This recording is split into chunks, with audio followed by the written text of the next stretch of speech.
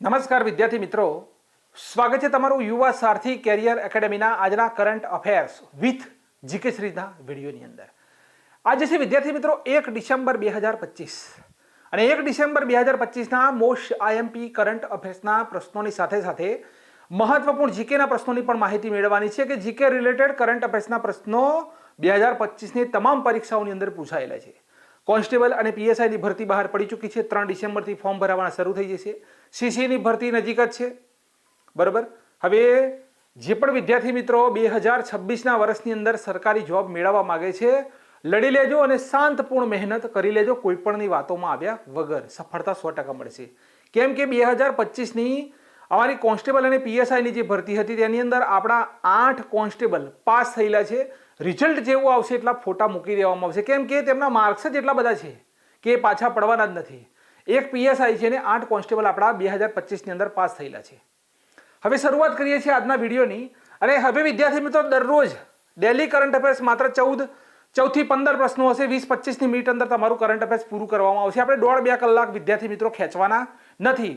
ફક્ત 30-25 મિનિટની અંદર 15 પ્રશ્નો હું તમને કરાવીશ.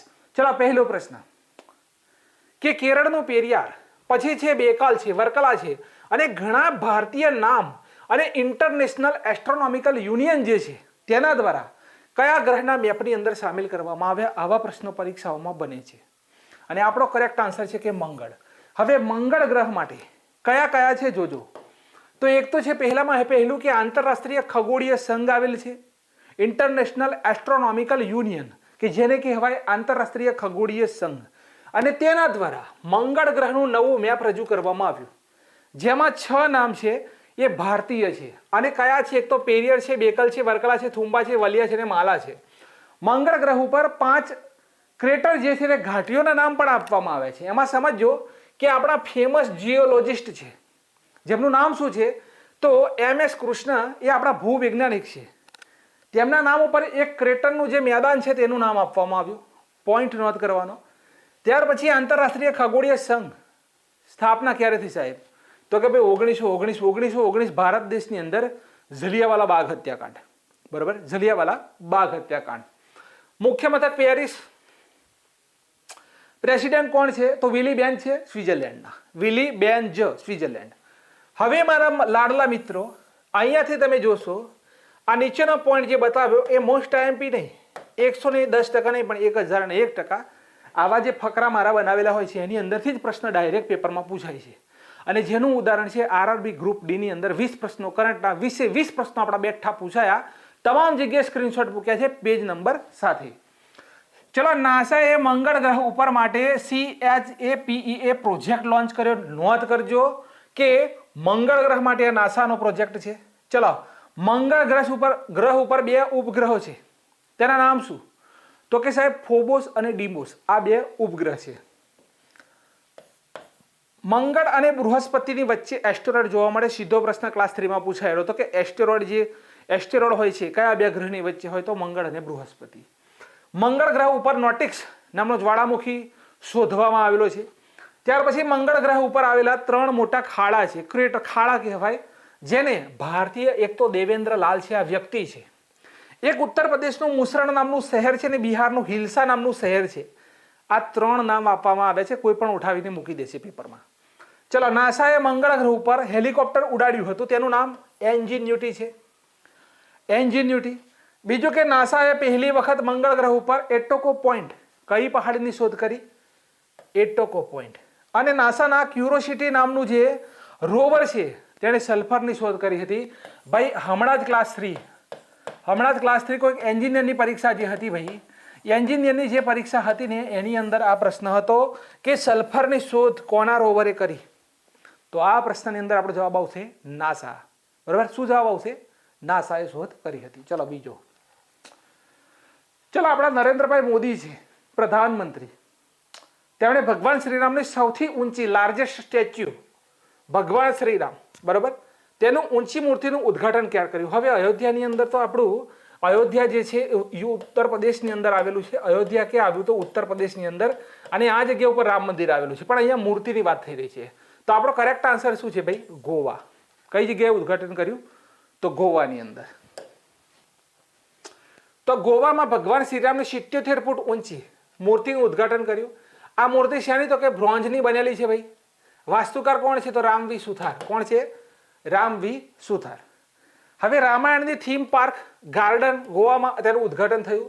પ્રધાનમંત્રી નરેન્દ્રભાઈ મોદીએ કર્ણાટકના ઉડુપી જિલ્લામાં શ્રી કૃષ્ણ મઠમાં 1 લાખ ભક્તોની સાથે લક્ષ્યકંઠ ગીતામાં ભાગ લીધો. આ 2 પોઈન્ટ બને છે અહીંયાથી. આ એક અઠવાડિયાની અંદર આ 2 પોઈન્ટ બને છે પરીક્ષા લક્ષી. બરાબર, યાદ રાખજો.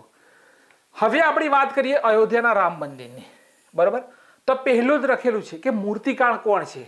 તો મૂર્તિકાર કોણ છે આપણે લખીશું કે ભાઈ સોરી, એક જ સેકન્ડ, આખું નામ લખું ભાઈ, નહીં તો ખબર નહીં પડે. તેમનું નામ છે અરુણ યોગીરાજ. શું છે? અરુણ યોગીરાજ. આ કોણ છે ભાઈ? તો કે આ મૂર્તિકાર છે. રામલલ્લાની મૂર્તિ જે છે તેના મૂર્તિકાર કોણ છે? તો કે અરુણ યોગીરાજ. કઈ જગ્યાએ? અયોધ્યાના મંદિરની વાત કરી રહ્યો છું. હવે વાસ્તુકાર કોણ છે? તો ચંદ્રકાંત છે. બરાબર, ચંદ્રકાંત સોમપુરા. ચંદ્રકાંત સોમપુરા કોણ છે? તો તેના વાસ્તુકાર છે. શૈલી કઈ ભાઈ? કઈ શૈલીમાં બનેલું છે રામ મંદિર આપણી? તો કે સાહેબ નાગર શૈલી. કઈ શૈલીમાં? તો સાહેબ નાગર શૈલીની અંદર આ બનેલું છે. બીજું એનો મંડપ. મંડપની વાત કરીએ. શું કહેવાય કે મંડપ? તો મંડપ કેટલા આવેલા છે? 5. અને વાત કરીએ ભૂમિપૂજન, તો ભૂમિપૂજન નરેન્દ્રભાઈ મોદીએ 2020માં કર્યું હતું. ભૂમિપૂજન ક્યારે કર્યું હતું? 2020માં. હવે નદી કઈ છે? તો ભાઈ સરયુ નદીના કિનારે. કઈ નદી? કઈ નદી વહે છે એ જગ્યા ઉપર? તો કે સાહેબ સરયુ નદીના કિનારે આ આવેલું છે. બરાબર, કઈ નદી? સરયુ નદી. ચલો, વિવાદ. બરાબર, વિવાદ જે થયો અયોધ્યા મંદિર અને બાબરી મસ્જિદનો જે વિવાદ હતો, આપણા ભારત દેશના પ્રધાનમંત્રી કોણ હતા ભાઈ? આ સોલ્યુશન જ્યારે થયું હતા તો કે નરસિંહા રાવ. કોણ હતા? નરસિંહા રાવ જે છે તે ભારત દેશના શું કહેવાય? ફરીથી લખીએ, પીવી નરસિંહા રાવ. બરોબર, પૂરું લખો. પીવી નરસિંહા રાવ હતા. કોણ હતા? પીવી નરસિંહા રાવ. હવે વિવાદ વખતે સીએમ કોણ હતા? સીએમ કોણ હતા? અયોધ્યાની અંદર આવ્યું. બરોબર, તો તેના ચીફ મિનિસ્ટર કોણ હતા? તો એ સમયે હતા કલ્યાણસિંહ હતા. કોણ હતા એ સમયે? તો કે કલ્યાણસિંહ જે છે તે ચીફ મિનિસ્ટર હતા. હવે બાબરી જમીન. બરાબર, બાબરી જમીન. બાબરી જે જમીનની વાત કરીએ તો કેટલી? તો 5 એકડ. બરાબર, 5.27 છે મેક્સિમમ. 5.27 એકડ. અને અહીંયા આપણને 2.27 કે કંઈક એટલી મેક્સિમમ 2.77 એકડ છે. બરાબર, 2.77 એકડ જમીન યાદ રાખવાની. ચલો, મંદિરની ઊંચાઈ કેટલી? મંદિરની ઊંચાઈ કેટલી છે? મંદિરની ઊંચાઈ પૂછવામાં આવી રહી છે. બરાબર, મંદિરની ઊંચાઈ કેટલી છે? તો 161 ફૂટ છે. કેટલી છે? 161 ફૂટ. ફૂટમાં છે. રામ જન્મભૂમિનું નામ શું છે ભાઈ? આ ખાસ પરીક્ષાની અંદર પૂછાશે. અયોધ્યા તો ખરું જ, પણ રામ જન્મભૂમિને પહેલા શું કહેતા હતા? સાકેત કહેતા હતા. શું કહેતા હતા?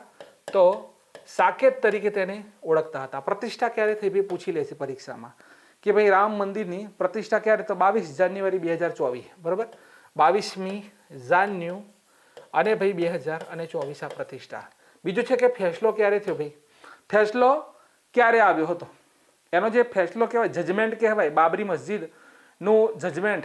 બરાબર, 30 વર્ષ 8 મહિના. બરાબર, ફેસલો 30 વર્ષ હતા, 8 મહિના હતા. બરાબર, અને 27 દિવસે આનું જજમેન્ટ આવ્યું. કેટલા સમયે? તો આટલા દિવસે.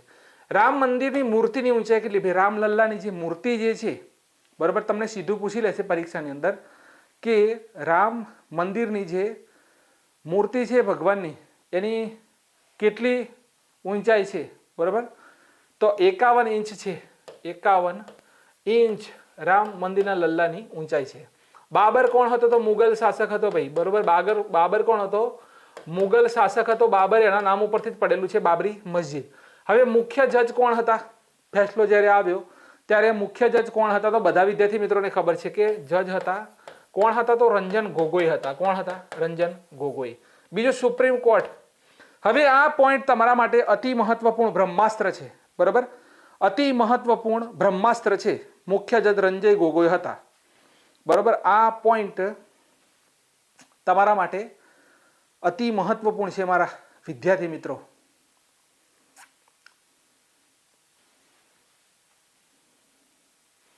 અહીંયા એક પોઈન્ટ લખવાનો છે. અયોધ્યાનું બીજું નામ ફૈજાબાદ પણ છે. બરોબર, ફૈજાબાદ પણ કહેવામાં આવતું હતું પુરાણોમાં. સાકેત, ત્યાર પછી ફૈજાબાદ, ત્યાર પછી અયોધ્યા. 3 નામ છે અયોધ્યાના. સમજાય છે? હવે આગળ અહીંયા સુપ્રીમ કોર્ટે ભાઈ આદેશ કઈ કલમ મુજબ, તો 142 અનુચ્છેદ જે છે બંધારણનો, આ પૂછી લે છે ખાસ. બરોબર, કયો અનુચ્છેદ છે, કયો અનુચ્છેદ છે ભાઈ સુપ્રીમ કોર્ટનો, તો ખાસ કરીને પૂછશે અનુચ્છેદ નંબર 142 મુજબ જજમેન્ટ આપ્યું હતું. બરોબર, અયોધ્યાનું જૂનું નામ તો અહીંયા લખી દઈએ ફૈજાબાદ. આ યાદ આવી ગયું છે, જૂનું નામ છે ફૈજાબાદ અને પુરાણોનું નામ છે સાકેત. પિલ્લર કેટલા છે અયોધ્યા મંદિરની અંદર? પિલ્લર, ટોટલ પિલ્લર કેટલા છે? 360 પિલ્લર. 360 પિલ્લર. અને બજેટ કેટલું હતું? તો મેક્સિમમ 1800 કરોડ રૂપિયાનું બજેટ છે ભાઈ. કેટલું? 1800 કરોડ રૂપિયાનું બજેટ છે. અને અધ્યક્ષ કોણ છે મંદિરના અત્યારે હાલની અંદર? અધ્યક્ષ કોણ છે? ખાસ પૂછી લેશે કે ભાઈ તમને નૃત્ય ગોપાલ દાસ કોણ છે? મહંત કોણ છે? નૃત્ય ગોપાલ દાસ જે છે. બરોબર, આ તેના શું કહેવાય કે હવે અહીંયા ધ્વજ હમણાં જ 25મી નવેમ્બરે નરેન્દ્રભાઈ મોદીએ ધ્વજ એ ફરકાવ્યો. તો ધ્વજ વિશેની વાત કરી લઈએ તો બરોબર, તો ધ્વજ વિશેની વાત કરીએ તો ધ્વજ કેટલો લાંબો છે? તો 22 ફૂટ છે ભાઈ. કેટલો લાંબો છે? તો 22 ફૂટ ધ્વજ છે. રામ મંદિરનો ધ્વજ 22 ફૂટ છે. બરોબર છે, 22 ફૂટ. 11 ફૂટ પહોળાઈ છે. બરોબર, 11 ફૂટ આ ધ્વજની પહોળાઈ છે. આ મુદ્દા બધા પરીક્ષામાં પૂછાવાના ભાઈ 100%. બરોબર, પહોળાઈ, હા પહોળાઈ કેટલી છે? 11 ફૂટ તેની પહોળાઈ છે. બીજું યાદ રાખવાનું કે વજન કેટલું? તો કે ભાઈ 11 કિલો. વજન કેટલું છે? વજન તો કે આ ધ્વજનું વજન પણ 11 kg છે. કેટલું વજન? 11 કિલોગ્રામ છે. બીજું પોઈન્ટ યાદ રાખજો કે પેરાશૂટ ફેબ્રિક નાયલોન. બરોબર, કયું? તો કે પેરાશૂટ જે ફેબ્રિક નાયલોન કે બરોબર વિદ્યાર્થી મિત્રો, પેરાશૂટ ફેબ્રિક નાયલોન જે કહેવાય, આ નાયલોનથી આ ધ્વજ બનેલો છે. બરોબર, આ ધ્વજ બનેલો છે. અને ઓમ, બરોબર, ઓમ છે ધ્વજની અંદર. ત્યાર પછી બીજા નંબરે વિદ્યાર્થી મિત્રો સૂર્ય છે. ત્રીજા નંબરે શું છે? તો ત્રીજા નંબરે છે કોવીદાર વૃક્ષ છે. બરોબર, કોવીદાર વૃક્ષ છે. બરોબર, યાદ રહ્યું, વૃક્ષ છે. અને 25 નવેમ્બર 2025, બરોબર, ધ્વજારોહણ ક્યારે કર્યું? 25 નવેમ્બર 2025ના દિવસે નરેન્દ્રભાઈ મોદીએ આ ધ્વજને શું કહેવાય કે અંદર મૂર્તિ ઉપર સ્વિચ ઓન કરી આ ધ્વજ ચડાવવા માટે. અને ત્રિકોણાકાર ધ્વજ છે. આટલો પોઈન્ટ તમારે યાદ રાખવાનો. કેવું છે? તો કે ત્રિકોણાકાર છે. ત્રિકોણાકાર આ ધ્વજ છે. આટલો પોઈન્ટ તમારે અહીંયાથી આ યાદ રાખવાનો છે. આમાંથી કોઈ પણ પ્રશ્ન રામ મંદિરનો તમારી પરીક્ષાની અંદર મારા મિત્રો છપાશે. શું કહેવાય કે રામ મંદિરની અંદર મારા મિત્રો તમારા કોઈ પણ આની અંદરથી પ્રશ્ન છપાશે. વધીએ આગળ. ચલો, ભારત દેશે કયા દેશની મદદ માટે ઓપરેશન સાગર બંધુ, બરોબર, ઓપરેશન સાગર બંધુ શરૂ કર્યું? હવે સાગર બંધુ એના નામ ઉપરથી જ આપણને કંઈક આઈડિયા આવવો જોઈએ. સાગર બંધુ એટલે કે શ્રીલંકા. બરોબર, શ્રીલંકાની અંદર એક ચક્રવાત આવ્યું છે. જોઈ લો કે દિતવાહ નામનું ચક્રવાત છે. કયું? દિતવાહ લખેલું છે. ઓપરેશન સાગર બંધુ. શ્રીલંકામાં ભયંકર તબાહી મચાવી આ વાવાઝોડાએ 123 લોકોના મૃત્યુ થયા. માનવીય સહાયતા માટે ભારતે સાગર બંધુ નામનું ઓપરેશન શ્રીલંકા માટે ચલાવ્યું. વાવાઝોડાનું નામ કોણે આપ્યું? તો યમન દેશ. કોણે? યમન દેશે નામ આપ્યું. અને જેનો અર્થ થાય છે લેગુન થાય. શું થાય? જેનો અર્થ શું થાય મારા મિત્રો? તો લેગુન તેનો અર્થ થાય છે. ચલો, સુપર હિટ માહિતી છે. એસએસસી જીડી હોય, રેલવે ગ્રુપ ડી હોય, XYZ યુપીએસસી સીધીની કોઈ પણ પરીક્ષા હોય, આ આપણું મટીરિયલ કાફી છે તમારા માટે. કે ઓપરેશન પવન 1987ની અંદર શ્રીલંકામાં ભારતીય શાંતિ સેના દ્વારા ચલાવવામાં આવ્યું હતું. ઉદ્દેશ્ય શ્રીલંકાનું ગૃહ યુદ્ધ સમાપ્ત કરવું, આ તેનું મુખ્ય ઉદ્દેશ્ય હતું. આ સમયે પ્રધાનમંત્રી કોણ હતા? તો પ્રધાનમંત્રી હતા ઇન્દિરા ગાંધી. હમણાં જ આ પ્રશ્ન ચર્ચામાં હતો. ચલો, આ અભિયાનમાં 1171 ભારતીય સૈનિક શહીદ થયા હતા અને હજારો ઘાયલ થયા હતા. તે સમયે ભારતના પ્રધાનમંત્રી ઇન્દિરા ગાંધી હતા. આ ભારત દેશની પ્રથમ વિદેશી સૈન્ય કાર્યવાહી હતી, માટે આ ચર્ચામાં હતો શ્રીલંકાનો પ્રશ્ન. બરોબર, ચલો, 38 વર્ષ પછી ઓપરેશન પવનમાં શહીદ થયેલ સૈનિકોને શ્રદ્ધાંજલિ આપવામાં આવી. 26 નવેમ્બર 2025 છે કે નહીં? મહત્વનો પોઈન્ટ. મહત્વનો પોઈન્ટ છે કે નહીં વિદ્યાર્થી મિત્રો? 26 નવેમ્બર 2025 નવી દિલ્હીના રાષ્ટ્રીય યુદ્ધ સ્મારકમાં શ્રદ્ધાંજલિ આપવામાં આવી, માટે આ પોઈન્ટ મહત્વનો. બીજો પોઈન્ટ લઈને આવ્યો તમારા માટે. બરોબર, ચલો, અહીંયાથી આપણું સ્ટાર્ટ થાય છે. નોંધ કરજો. ઓપરેશન કરુણા શેના માટે ચલાવ્યું ભાઈ? મ્યાનમારની સહાયતા માટે. બરોબર, ચક્રવાત. ઓપરેશન ગંગા તો કે યુક્રેનમાં ફસાયેલા ભારતીયોને આપણે પાછા લાવવા ચલાવ્યું. ઓપરેશન દેવી શક્તિ તો કે અફઘાનિસ્તાનની અંદર ફસાયેલા ભારતીયોને. ઓપરેશન દોસ્ત તુર્કી અને સિરિયામાં ભૂકંપની મદદ કરવા માટે. ઓપરેશન કાવેરી ભાઈ તો સુડાન છે, ઉડાન નથી અહીંયા, સુડાન છે, સુડાન, બરોબર, નાગરિકોને પાછા કાઢવા માટે ભારતે. ઓપરેશન મેઘદૂત 1984 ની અંદર સિયાચીન જે ગ્લેશિયર છે, ભારતનું સૌથી ઊંચામાં ઊંચું યુદ્ધ ક્ષેત્ર છે, વિશ્વનું સૌથી ઊંચું યુદ્ધ ક્ષેત્ર છે, તેની અંદર વિજય માટે સિયાચીન, વિજય માટે operation Meghdoot. Operation all out તો કે જમ્મુ કાશ્મીરમાં આતંકવાદીઓનો સફાયો કરવા ઓલ આઉટ ચલાવ્યું હતું. ઓપરેશન પોલો હૈદરાબાદનો ભારતમાં વિલય કરવા 1948માં ચલાવવામાં આવ્યું હતું. ઓપરેશન ઇન્દ્રાવતી હેતી જે છે, હેતી એની અંદર ફસાયેલા ભારતીયોને પાછા કાઢવા માટે ચલાવ્યું હતું ઓપરેશન ઇન્દ્રાવતી. ઓપરેશન કામધેનુ જમ્મુ કાશ્મીર પોલીસે ચલાવ્યું હતું રાજ્યની અંદર જે લોકો જાનવરોની તસ્કરી કરતા હોય તેમને પકડવા માટે. ઓપરેશન બ્રહ્મા મ્યાનમારમાં ભૂકંપ પીડિતોની મદદ માટે આ પ્રશ્ન પૂછાયો હતો 2025માં.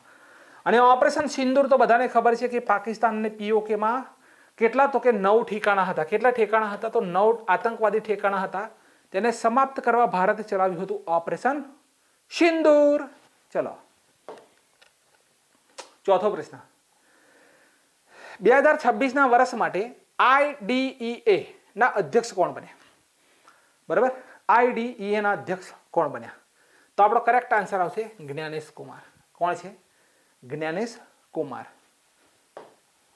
ચલો અહીંયા જોઈ શકો છો Gyanesh Kumar chief election commissioner of India, અત્યારે ભારત દેશના ચૂંટણી કમિશનર છે અને 2026 માટે ઇન્ટરનેશનલ IEDA ના અધ્યક્ષ બન્યા. IEDA નું સાહેબ પૂરું નામ શું? તો કે international institute for democracy electoral assistant કહેવામાં આવે છે, જેને કહેવાય IEDA. જ્ઞાનેશ કુમાર તેના અધ્યક્ષ બન્યા. હવે આની સ્થાપના તો કે સાહેબ 1995. મુખ્ય મથક તો કે સ્ટોકહોમ સ્વિટ્ઝરલેન્ડ. ભારત તેનો સ્થાપક સદસ્ય છે ભાઈ, પોઈન્ટ મહત્વનો. જ્ઞાનેશ કુમાર 26માં ભારત દેશના મુખ્ય ચૂંટણી કમિશનર પણ છે. ક્લિયર? ચલો પાંચમો પ્રશ્ન એનિમલ હસબેન્ડરી સાથે છે. એનિમલ હસબેન્ડરી સ્ટેટિસ્ટિક 2025 રિપોર્ટ મુજબ ભારત દુનિયાનો દૂધ ઉત્પાદનમાં કયા નંબરે છે? ભારત વિશ્વમાં દૂધ ઉત્પાદનમાં કયા નંબરે? તો કે પહેલો નંબર સાહેબ. કયો નંબર? ફર્સ્ટ. મત્સ્ય પાલન, પશુપાલન અને ડેરી તથા પંચાયતી રાજ મંત્રાલય 26 નવેમ્બર રાષ્ટ્રીય દૂધ દિવસ હતો ભારતમાં. આ અવસર ઉપર એનિમલ હસબેન્ડરી સ્ટેટિસ્ટિક 2025 નામની રિપોર્ટ રજૂ થઈ, જેમાં દૂધ ઉત્પાદનમાં ભારત પૂરા વિશ્વમાં પ્રથમ નંબરે. ઉત્તર પ્રદેશ 16% સાથે, પૂરા ભારત દેશનું 16% દૂધ ઉત્તર પ્રદેશમાં પેદા થાય છે. અને કોણ છે? ઉત્તર પ્રદેશ. રાજસ્થાન 15% છે ભાઈ, 1% ઓછો. ક્યાં? બીજા નંબરે. મધ્યપ્રદેશ 9% સાથે ત્રીજા નંબરે. વાર્તા પૂરી. બરોબર. ઈંડા ઉત્પાદનમાં ભારત વિશ્વમાં બીજો નંબર છે. પ્રથમ કોણ છે? તો ચીન છે. ઊન ઉત્પાદનમાં ભારત વિશ્વમાં પ્રથમ નંબરે, ભારતમાં પ્રથમ નંબરે ઊન ઉત્પાદનમાં રાજસ્થાન. અને માંસ ઉત્પાદન છે, માંસ, તો ભારત વિશ્વમાં ચોથો નંબર અને ભારતમાં પ્રથમ પશ્ચિમ બંગાળ. કોણ છે? પશ્ચિમ બંગાળ. તો આ મત્સ્ય પાલન, ડેરી તથા પંચાયતી રાજ મંત્રાલય દ્વારા એનિમલ હસબેન્ડરી સ્ટેટિસ્ટિક રિપોર્ટ 2025 રજૂ કરી, જેમાં ભારત દેશ વિશ્વમાં દૂધ ઉત્પાદનમાં પ્રથમ નંબરે અને ભારતમાં પ્રથમ નંબરે યુપી. કુમારી કમલા, બરોબર, કે જેમને બેબી કમલા પણ કહેવામાં આવે છે. બરોબર, જેમને બેબી કમલા તરીકે પણ ઓળખવામાં આવે છે. તેમનું મૃત્યુ થયું છે, નિધન થયું છે. તેમનો સંબંધ નીચેનામાંથી કોની સાથે હતો? તો આપણો કરેક્ટ આન્સર છે ભરતનાટ્યમ. બરોબર. તો બેબી કમલા અહીંયા જોઈ શકો છો ઇમેજની અંદર, કમલા લક્ષ્મી નારાયણ પૂરું નામ છે. તેમનો સંબંધ ભરતનાટ્યમ સાથે હતો. અમેરિકામાં 91 વર્ષની ઉંમરે તેમનું નિધન થયું. જન્મ તો કે 1929 મદુરાઈ, તમિલનાડુમાં. હિન્દી છે, તમિલ છે, તેલુગુ અને કન્નડ સહિત 100 ફિલ્મોમાં તેમણે કામ કરેલું છે. આ જવાનીનો ફોટો મેં મૂકેલો છે. 1940 થી 1960ના દશકામાં ભરતનાટ્યમ માટે તેઓ પ્રસિદ્ધ હતા ભારત દેશમાં. 1970 ની અંદર ભરતનાટ્યમની વિજુવૂર શૈલીની શિક્ષિકા બને. કઈ? વિજુવૂર શૈલી. અને પદ્મભૂષણ તો કે 1970 અને સંગીત નાટક એકેડેમી એવોર્ડ તો કે 1968 ની અંદર તેમને મળેલો છે. ચલો સાતમો ક્વેશ્ચન છે આપણી પાસે કે સહ્યાદ્રી સિંદુરા કોની નવી પ્રજાતિ છે? અહીંયા જે દેખાઈ રહ્યા છે ને ભાઈ, આ શું છે? તો કે સાહેબ ચોખા દેખાય છે. શું દેખાય છે? ડાંગર દેખાય છે, એટલે કે ચોખા દેખાય છે સાહેબ. કે ભાઈ સહ્યાદ્રી અને સિંદુરા કોની નવી પ્રજાતિ ચોખા. એક વાત કહી દઉં વિદ્યાર્થી મિત્રો, કોન્સ્ટેબલનો કોર્સ જે છે ને માત્ર 1699 રૂપિયા છે. 1 મિનિટ જ લઈશ તમારી. 1699 રૂપિયાની અંદર તમને શું આપી રહી છે યુવા સારથી એ ખાલી જુઓ કે 2000 પરીક્ષા પૂરી ના થાય ને ત્યાં સુધી અમે તમને કરંટ અફેર્સ મોબાઈલમાં જોઈતું હોય તો મોબાઈલની અંદર અને એપ્લિકેશનમાં તો મૂકવામાં આવે છે. ત્યાર પછી તમામ પ્રકારના મોક ટેસ્ટ 90 થી લઈ અને 140 જેટલા મોક ટેસ્ટ પેપર એપ્લિકેશનમાં અને તમારા મોબાઈલની અંદર જોઈતા હશે તો પણ મળી જશે. બરાબર, મોબાઈલમાં પણ મળી જશે. મોડેથી બોલું છું, લખતો નથી. બીજું છે ભાઈ કે લાઈવ ટેસ્ટ અહીંયા છે. બરાબર, લાઈવ ટેસ્ટ મૂકવામાં આવેલી છે. તમામ વિડીયો લેક્ચર પણ અહીંયા મૂકેલા છે એપ્લિકેશનની અંદર વિદ્યાર્થી મિત્રો. અને બીજું કે 120 જેટલી પીડીએફ રીડિંગ છે. તમામ પ્રકારનું જીકે અહીંયા બી ગ્રુપ માટે.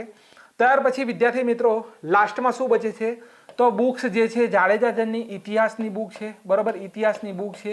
ઇતિહાસના પ્રશ્નોની બુક પણ છે અલગથી. બરાબર, ઇતિહાસના પ્રશ્નોની બુક પણ અલગથી છે. ત્યાર પછી બીજી 2-3 બુકો છે. એક તો ગુજરાતના જિલ્લા છે. બરાબર, ગુજરાતના જિલ્લા જે છે જિલ્લા આની બુક પણ મૂકેલી છે. લગભગ તમને કોઈ જગ્યાએ કઈ વસ્તુ શોધવી ના પડે એટલું આ કોર્સની અંદર અમે ઓલરેડી મૂકેલું છે અને એની એક જ કિંમત મૂકી છે. આજે 50 ઓછા કર્યા, કાલે 50% ઓફ કર્યા, 70% ઓફ કર્યા, 80% ઓફ કર્યા.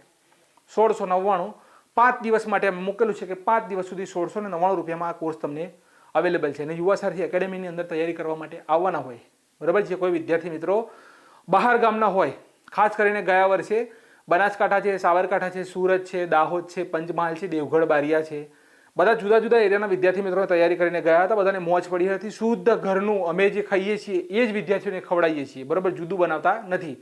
અમે જે ઉષામીસને અમે જે ભોજન બનાવીએ છીએ એ જ વિદ્યાર્થીઓ માટે બને છે. ફાયદો ફિઝિકલ ટ્રેનિંગ ફ્રી હોય છે. ધનંજય સર આપણા કોચ છે. બરાબર, ત્યાર પછી લાઇબ્રેરી 3 મહિના ફ્રી હોય છે. દરરોજના 4 કલાકના ક્લાસીસ હોય છે વિદ્યાર્થી મિત્રો. 2 કલાકની ટેસ્ટ હું પોતે દિવસમાં ગમે તે સમયે હું ટેસ્ટનો મેસેજ છોડું છું કે હું આવું છું, બધા રેડી થઈ જાઓ. તો આ બંને વસ્તુ તમારા માટે અવેલેબલ છે. જુઓ આની માહિતી કે સહ્યાદ્રી અને સિંદુરા કોની નવી પ્રજાતિ છે તો કે ભાઈ ચોખાની. સાહેબ ચોખાની. તો શિવમોગા એટલે કર્ણાટકનો જિલ્લો છે એક. આ વૈજ્ઞાનિકોએ ચોખાની નવી પ્રજાતિ સહ્યાદ્રી અને સિંદુરાનો વિકાસ કર્યો. મહત્વનો પોઈન્ટ, આવા જ પોઈન્ટને શોધીને મૂકવામાં આવે છે પેપરની અંદર. આપણે એક ગણતરી રાખવાની કે અમારો એક વિદ્યાર્થી કોન્સ્ટેબલની પરીક્ષામાં 0.75 થી રહી ગયો છે મેરિટની અંદર. સમજો, 0.75 થી એ રહી ગયો છે ડોક્યુમેન્ટ વેરિફિકેશનમાં. તેની હાલત શું હશે એ ભાઈની હાલત શું હશે? એટલે વાત કરીએ છીએ કે એક પ્રશ્ન પણ તમારું કિસ્મત બદલી શકે છે કે તમે વર્દી પહેરશો કે નહીં. બરાબર, ચલો. હાઈ પ્રોટીન અને આયર્ન અને ઝીંક હોય છે આની અંદર. આંતરરાષ્ટ્રીય ચોખા સંશોધન કેન્દ્ર ક્યાં આવેલું છે તો ફિલિપાઇન્સની અંદર આવેલું છે. અને ભારતમાં ચોખા સંશોધન કેન્દ્ર ઓડિશાની અંદર આવેલું છે. ફિલિપાઇન્સ દેશ ભારત પાસેથી કઈ મિસાઇલ સાહેબ તો કે બ્રહ્મોસ મિસાઇલ ખરીદી રહ્યો છે. અને ફિલિપાઇન્સ પછી બીજો કયો દેશ ખરીદી રહ્યો છે તો ઇન્ડોનેશિયા. ચલો, ભારતમાં ચોખા સંશોધન કેન્દ્ર ઓડિશા કટકની અંદર આવેલું છે. ક્યાં તો કે ઓડિશા કટકની અંદર. કટક શેના માટે પ્રખ્યાત છે ભાઈ તો કે સુભાષચંદ્ર બોઝ જે છે, બરાબર, સુભાષચંદ્ર બોઝ જે છે તેમનું જન્મ સ્થળ છે ઓડિશા કટક. ગોલ્ડન ચોખામાં સૌથી વધુ વિટામિન એ હોય. કયું vitamin A? Indian council agriculture research દ્વારા ભારત દેશની પ્રથમ જીનોમ સંપાદિત જાતિ DDR કમલા અને પૂસા DST1 ચોખાની નવી જાત વિકસાવવામાં આવી. આ 2 જાત તમારે નોંધ કરી લેવાની. કઈ? DDR Kamala, પૂસા DST1. બરાબર, અત્યારે કઈ? સહ્યાદ્રી ને સિંદુરા. વૈજ્ઞાનિકોએ એશિયાઈ ચોખાનું પ્રથમ પેન જીનોમ બનાવ્યું. કયું તો કે પેન જીનોમ. ક્લિયર? 8મો પ્રશ્ન છે કે FIDE, federation international D association, એને કહેવાય ફીડે, ચેસ વર્લ્ડ કપ, બરાબર, કોણે જીત્યો? આવો પ્રશ્ન છે. તો આપણો કરેક્ટ આન્સર છે જાબોખીર સિંધારોવ નામના વ્યક્તિએ જીત્યો છે. આવો માહિતી મેળવીએ તો જાબોખીર સિંધારોવ ઉઝબેકિસ્તાનનો 19 વર્ષનો ખેલાડી છે જેને વર્લ્ડ ચેસ ચેમ્પિયનશિપ જીત્યો. બરાબર. હવે અહીંયા પ્રથમ ગ્રાન્ડ માસ્ટર તમે ચેસની અંદર પૂછી લે તો વિશ્વનાથ આનંદ, બરાબર, જેને શું કહેવાય? એમને માઇન્ડ માસ્ટર કહેવાય છે. શું કહેવાય છે ભાઈ?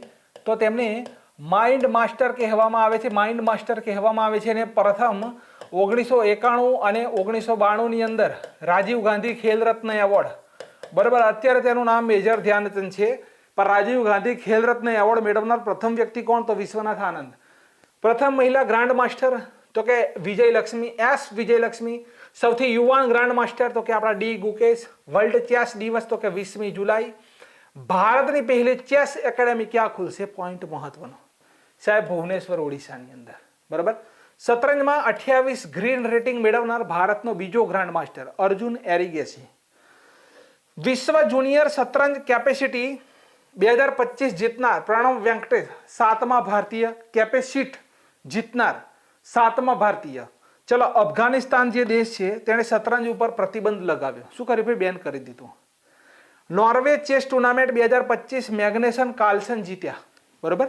ત્યાર પછી આર વૈશાલી છે ભારત દેશના, સતત બીજી વખત મહિલા ગ્રેન્ડ સ્વીજ શતરંજ ટુર્નામેન્ટ જીતનાર ભારતની પ્રથમ મહિલા. ચેમ્પિયન ડી ગુકેશને હરાવનાર સૌથી નાની ઉંમરનો ગ્રાન્ડ માસ્ટર અભિમન્યુ મિશ્રા. અભિમન્યુ મિશ્રા ક્યાંના છે? તો કે સાહેબ અમેરિકા દેશનો છે. ક્યાંનો? અમેરિકાનો. અભિમન્યુ મિશ્રા અમેરિકા દેશનો બન્યો છે. ક્લિયર? ચલો, વુમન કબડ્ડી વર્લ્ડ કપ 2025 કોણ જીત્યો? તો ભાઈ આપણો ભારત જીત્યો છે. બરાબર. આયોજન ક્યાં થયું? ઢાકા, બાંગ્લાદેશ. હાર્યું કોણ? ચીન. આયોજન 17 થી 24 November. International federation of kabaddi 2004. 50 જણ નહીં, 100 જણે ખોટો જવાબ આલેલો છે કે ભારત દેશની અંદર ઇન્ટરનેશનલ વડુ મથક કેટલા આવ્યા? બરાબર. ઇન્ટરનેશનલ વડુ મથક ભારત દેશની અંદર કેટલા આવ્યા? તો બધાનો ઉત્તર એક જ છે કે 2. બરાબર. એક તો ગુરુગ્રામ હરિયાણાની અંદર આવેલું છે. કયું વડુ મથક? કયું વડુ મથક આવેલું છે ભાઈ? તો કે સોલર એલાયન્સનું વડુ મથક આવેલું છે. સોલર એલાયન્સનું વડુ મથક. અને બીજું હમણાં બિગ કેટ્સનું વડુ મથક બન્યું છે. બરાબર. ભારતની અંદર આ 2 જ બધાને ખબર છે, પણ ત્રીજું આ કોઈને ખબર નથી કે ઇન્ટરનેશનલ ફેડરેશન ઓફ કબડ્ડી 2004 મુખ્ય મથક જયપુરમાં આવેલું છે રાજસ્થાનની અંદર. ભારત દેશમાં 3 ઇન્ટરનેશનલ વડુ મથક છે અને પ્રેસિડેન્ટ વિનોદ કુમાર તિવારી છે. નોંધ કરી લેજો. પોઈન્ટ. બરાબર. વિનોદ તિવારી. ચલો, 9મો પ્રશ્ન. નાલસા. નાલસા એટલે national legal service authority of India. નાલસા executive chairman કોણ બન્યા? તમને શું લાગે છે? તો કે જસ્ટિસ વિક્રમ નાથ. હવે સમજો, નાલસાના પ્રશ્ન પરીક્ષામાં પૂછાય છે, ખાસ કરીને કોન્સ્ટેબલના, કેમ કે બંધારણ સાથે સંકળાયેલો પ્રશ્ન છે. તો વિક્રમ નાથ છે નાલસાના નવા ચેરમેન બન્યા. હવે જસ્ટિસ હિતેન્દ્ર કુમાર મહેશ્વરી. પોઈન્ટ બીજો, બે વ્યક્તિની નિમણૂક કરવામાં આવેલી છે. પોઈન્ટ નોંધ કરજો મારા લોક લાડીલા મારા મિત્રો. ચલો, justice Jitendra Kumar Maheshwari. Supreme court, અહીંયા આખી વસ્તુ અલગ છે. National legal service authority of India અને આ સુપ્રીમ કોર્ટની લીગલ સર્વિસ કમિટી જે છે તેના અધ્યક્ષ કોણ બન્યા? તો કે જસ્ટિસ જીતેન્દ્ર કુમાર મહેશ્વરી. ઉપરની વસ્તુ અલગ છે. નાલસા. હવે સમજો, નાલસાના જે અધ્યક્ષ હોય NALSA નાલસા, તેના અધ્યક્ષ હંમેશા સુપ્રીમ કોર્ટના સિનિયર જે જજ હોય તે જ બને છે. નેશનલ લીગલ સર્વિસ ઓથોરિટી એટલે કે નાલસા. નવેમ્બર 1995માં તેને બનાવવામાં આવેલી છે. મુખ્ય મથક આવેલું છે નવી દિલ્હીની અંદર, વાર્તાપુરી. આટલી જ વાર્તા છે આપણી. 10મો પ્રશ્ન કે ભારત દેશનો પ્રથમ પ્રાઇવેટ ઓર્બિટલ રોકેટ કયો? એનું નામ લખેલું છે વિક્રમ. બરાબર. વિક્રમ 1. હવે આ અગ્નિ શું છે? તો કે આ ભારત દેશની મિસાઇલ છે. બરાબર. અગ્નિ-V તો કે આ અગ્નિ-V જે છે તે મિસાઇલ છે. બરાબર. ગગનયાન આપણું ભારત દેશનું ચંદ્રનું મિશન છે. તો વિક્રમ 1 ભારત દેશનો પ્રથમ એવો રોકેટ છે જેને નરેન્દ્રભાઈ મોદીએ લોન્ચ કર્યો. હૈદરાબાદની કંપની છે સ્કાય રૂટ એરોસ્પેસ. બરાબર. તેના દ્વારા બનાવવામાં આવ્યો. ઊંચાઈ કેટલી આ રોકેટની? તો કે 26 મીટર. 300 કિલોગ્રામ વજન સુધીના સેટેલાઇટ જે હોય, સેટેલાઇટ તેને અંતરિક્ષમાં લઈ જઈ શકે છે. 300 કિલોગ્રામ. બરાબર. ભારતના ચંદ્રયાન 3ના લેન્ડરનું નામ શું હતું? તો વિક્રમ હતું. આ પોઈન્ટ તમારે યાદ રાખવાનો. અહીંયા વિક્રમ યાદ રાખજો અને ચંદ્રયાન 3નું લેન્ડર જે હતું તેનું નામ પણ વિક્રમ છે. રોવરનું નામ પણ લખી દઈએ સાહેબ. રોવરનું નામ શું હતું? તો કે તેનું નામ હતું પ્રજ્ઞાન. શું હતું? તેનું નામ હતું પ્રજ્ઞાન. ક્લિયર? તેનું નામ હતું પ્રજ્ઞાન. INS માહે ભારત દેશનું પ્રથમ સ્વદેશી anti submarine warfare vessel INS માહે કઈ જગ્યાએથી કમિશન કરવામાં આવ્યું, એટલે કે લોન્ચ કરવામાં આવ્યું? તો કે આપણો કરેક્ટ આન્સર કયો છે વિદ્યાર્થી મિત્રો? મુંબઈ. શું છે? મુંબઈ. તો ભારતીય નેવીનો સેટેલાઇટ હન્ટર, સાયલેન્ટ હન્ટર છે. ભારતનું નેવી જે છે ભારતની એનું સાયલેન્ટ હન્ટર કહેવામાં આવે છે. એન્ટી સબમરીન વોરફેર શેલો વોટરક્રાફ્ટ માહે ને મુંબઈથી લોન્ચ કરવામાં આવ્યો. આ એક લડાકુ જહાજ છે. કેવું જહાજ છે? લડાકુ જહાજ. નિર્માણ કોણે કર્યું? કોચિન શિપયાર્ડ લિમિટેડ દ્વારા તેનું નિર્માણ કરવામાં આવ્યું. આ પ્રકારના 8 જહાજ ભારત દેશની અંદર બનાવવામાં આવે છે. પહેલું બન્યું છે જેનું નામ છે માહે. કેવું છે? તો કે સ્વદેશી છે. Anti submarine warfare vessel. સ્વદેશી એટલે કે 87% પાર્ટ જે છે એ ભારતનો છે. બરોબર, 87% પાર્ટ ભારતનો છે, માટે તેને કહેવાય સ્વદેશી. હમણાં 60% હોય, બરોબર, 60 હોય, 50 હોય, 50% હોય, આટલા ટકા જો વિદેશી હોય તો શું કહેવાય? સંયુક્ત કહેવાય. જેમ બ્રહ્મોસ મિસાઇલને સમજી શકો છો કે રશિયા અને ભારતની સંયુક્ત મિસાઇલ છે. કઈ? તો કે બ્રહ્મોસ. સમજાય છે? અહીંયા સંયુક્ત નથી, કેમ કે 87% પાર્ટ જે છે તેનો ભારતનો છે. ચલો, 80% સોરી, અહીંયા જો લખેલું છે અહીંયા આ ભૂલ છે, 87% છે. બરોબર, 80% નહીં પણ 87% જે વસ્તુઓ છે તે ભારત દેશની સ્વદેશી છે. માટે આ રોકેટ શું કહેવાય કે ભારતનો પ્રથમ સ્વદેશી એન્ટી સબમરીન વોરફેર ભારતનો સ્વદેશી જહાજ છે. બરોબર, સ્વદેશી એન્ટી સબમરીન વોરફેર વેસલ છે, INS. INS નો મતલબ શું? તો કે ઇન્ડિયન નેવલ શિપ. કેવી શિપ? તો કે ઇન્ડિયન નેવલ શિપ, એને કહેવાય INS. અને આ લોન્ચ કરી છે, મુંબઈથી લોન્ચ કરી. બનાવી કોણે? કોચિન શિપયાર્ડે. આ પોઈન્ટને ખાસ યાદ રાખજો. ચલો, પારંપરિક બ્લેડ દાવો છે. પારંપરિક બ્લેડ દાવો કયા રાજ્યનો છે અને જીઆઈ ટેગ મળ્યો? તો કે સાહેબ અરુણાચલ પ્રદેશ. એક જ લાઈનમાં ઉત્તર આપવાનો છે. બરોબર, આવતીકાલનું જે કરંટ અફેર છે એની અંદર ગુજરાતના બધા જીઆઈ ટેગ આપણે મૂકી દઈશું, પણ અહીંયા યાદ રાખીશું કે અરુણાચલ પ્રદેશનું બ્લેડ દાવ એને જીઆઈ ટેગ મળ્યો છે. ચલો, હવે 13મા નંબરનો પ્રશ્ન જે છે, આવા પ્રશ્ન જીપીએસસી ક્લાસ 1-2 ની અંદર કરંટ અફેર્સના પૂછાય છે વિધાનવાળા. તો જીપીએસસી ક્લાસ 1-2 ડીવાયએસઓની જે મારા મિત્રો તૈયારી કરતા હોય, સીસીઈની જે તૈયારી કરતા હોય એના માટે ખાસ કે 2025 G20 સમિટ વિશે નીચેના વિધાનો તપાસો ભાઈ. કે 2025 G20 ની જે સમિટ છે તે આફ્રિકા ખંડમાં પ્રથમ વખત થઈ. તો કઈ ભાઈ? હા, 2025માં G20 નું પ્રમુખ પદ દક્ષિણ આફ્રિકા દ્વારા યોજાયું ભાઈ. તો શું આ સાચું છે? બીજું તો કે યસ.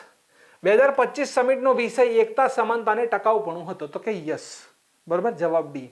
હવે નીચે કશું જોવાની જરૂર નથી. બરોબર, સાચા બધા છે તો પછી અહીંયા જોવાની જરૂર નથી. થીમ હતી એકતા, સમાનતા અને ટકાઉપણું. ચલો, આજનો છેલ્લો પ્રશ્ન 14મો. વિક્રમ 1 વિશે કયા વિધાનો સાચા? બરોબર, તો કે ભાઈ વિક્રમ 1 એ ભારતનું પ્રથમ ખાનગી રીતે વિકસિત ઓર્બિટલ લોન્ચ વ્હીકલ છે. યસ. તે નાના હળવા ઉપગ્રહો આશરે 300 થી 350 કિલોગ્રામ સુધી નીચી પૃથ્વી, બરોબર, નીચેની પૃથ્વી ભ્રમણ કક્ષા લો ઓર્બિટલમાં લોન્ચ કરવા માટે રચાયેલ છે. તો કે સાચું. બરાબર, અને વિક્રમ 1 તેના લોન્ચ માટે સિંગલ સ્ટેજ લિક્વિડ ફ્યુલ એન્જિનનો ઉપયોગ કરે છે. આ વિધાન આપણું ખોટું છે. હવે ખોટું છે એને જ આપણે વિક્રમ 1 સિંગલ સ્ટેજ લિક્વિડ ફ્યુલ એન્જિનનો ઉપયોગ કરતું નથી. તે એક મલ્ટી સ્ટેજ રોકેટ છે. કેવો રોકેટ છે? તો કે સાહેબ મલ્ટી સ્ટેજ રોકેટ છે. પ્રથમ 3 તબક્કા ઘન ઈંધણવાળા છે. કેવા? ઘન ઈંધણવાળા. અંતિમ ઉપલા તબક્કામાં ભ્રમણ કક્ષામાં દાખલ ખાલી કરવાનું હોય ત્યારે પ્રવાહી હાઇપરગોલિક ઈંધણનો ઉપયોગ થાય છે. માટે ત્રીજું વિધાન આપણા માટે પરફેક્ટલી સાચું પડતું નથી. બરાબર, પરફેક્ટલી સાચું પડતું નથી. અહીંયા જવાબ એ આપેલો છે 1 અને બંને આપણા સાચા છે. તો વિદ્યાર્થી મિત્રો, તમને સૌથી ઝડપી, બરાબર, કલાક 1.5 કલાક નહીં પણ સૌથી ઝડપી 20, 25, 30 મિનિટની અંદર 14 થી 15 પ્રશ્નો દિલ્હી કરંટ અફેર્સના યુવા સારથી એકેડેમી કચ્છ દ્વારા કરાવવામાં આવશે. Thank you very much.